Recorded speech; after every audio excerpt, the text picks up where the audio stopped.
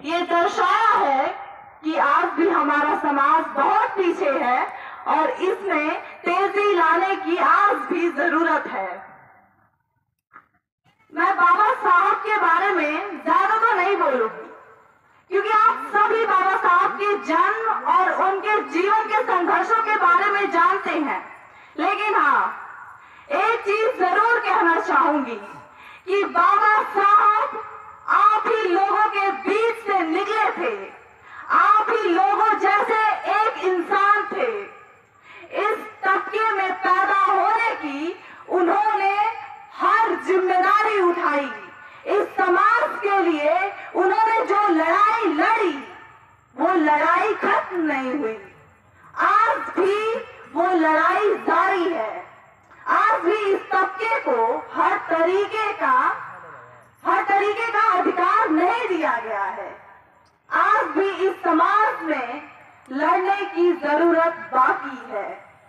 और अपने संविधान के लिए कहना चाहूंगी कि संविधान की किताब महज कोई किताब नहीं, संविधान की किताब महज कोई किताब नहीं, हमारे दिलों का अरमान भी है। मनोभक्तों के लिए होगी वो रद्दी की चीज, पर हमारे लिए दिलो जान भी है, दिलो जान भी है। बाबा साहब का संविधान कोई एक किताब नहीं थी।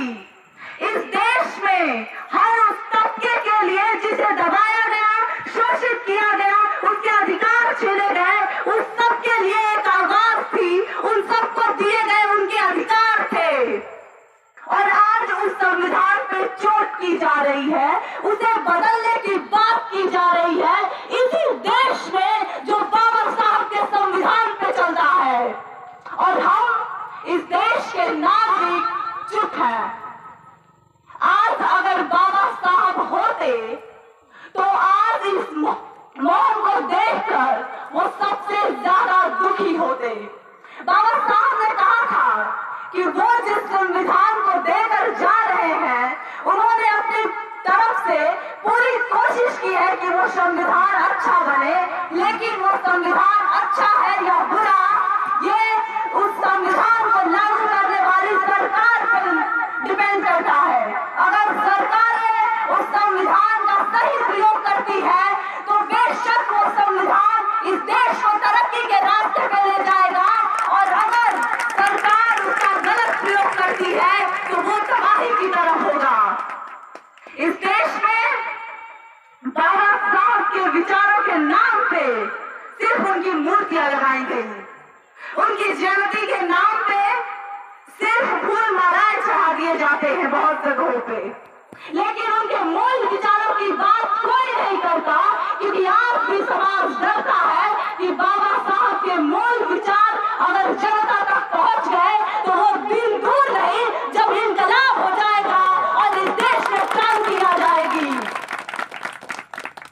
इस देश में बाबा साहब को बार बार सिर्फ दलितों के नाम पे डिनोट किया जाता है कि उन्होंने तो सिर्फ दलित समाज की बात की, लेकिन जो संविधान बाबा साहब ने लिखा उसमें सिर्फ दलित की बात नहीं, उसमें महिलाओं की बात भी है, युवाओं की बात भी है, बेरोजगारों की बात भी है, अधिकारों की बात भी है, हर उस तबके की बात है जिसे कभी दबाया गया, चाहे वो इस देश का किसान हो, चाहे इस देश का मजदूर हो, चाहे वो पंडित हो, चाहे वो बुढ़ियार हो, चाहे वो ठाकुर हो, चाहे वो दलित हो, हर तबके की बात देश का संविधान